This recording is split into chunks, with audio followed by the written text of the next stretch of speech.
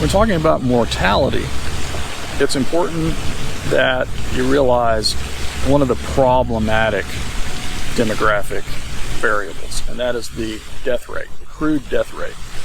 The crude death rate is, for the most part, low in most of the world. The only places where you have really, really high crude death rates are in the most impoverished, least developed parts of the world, parts of sub-Saharan Africa, not all, but parts of sub-Saharan Africa and Afghanistan and maybe a few other places. Relatively high death rates.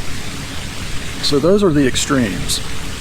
And you find lower death rates around the world, and there's really not much correlation with the degree of economic development or what we might call quality of life throughout most of the world. Now, the problem comes in when we look at the crude death rates in some of the most industrialized countries of the world. Scandinavian countries, for example, have what appear on the map, if you look at a map of the crude death rate, appear to have slightly higher death rates than, say, people in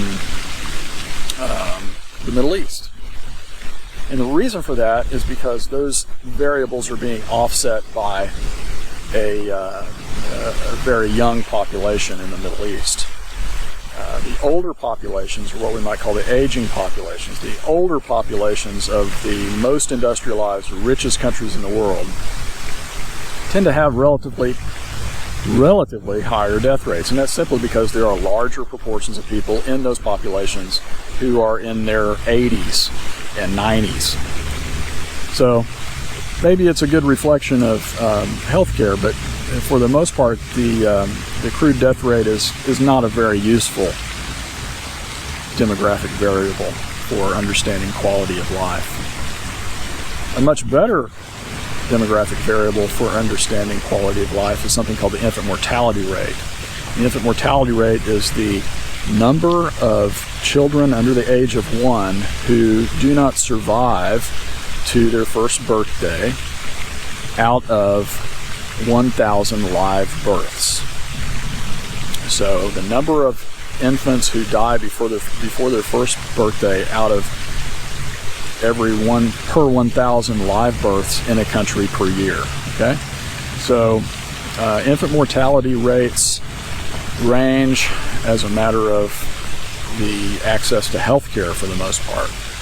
So in the United States, we see quite a bit of variation in things like even, not more than you might expect, between, say, the wealthiest suburbs of the United States versus, rural Indian reservations, or perhaps inner cities to a certain degree.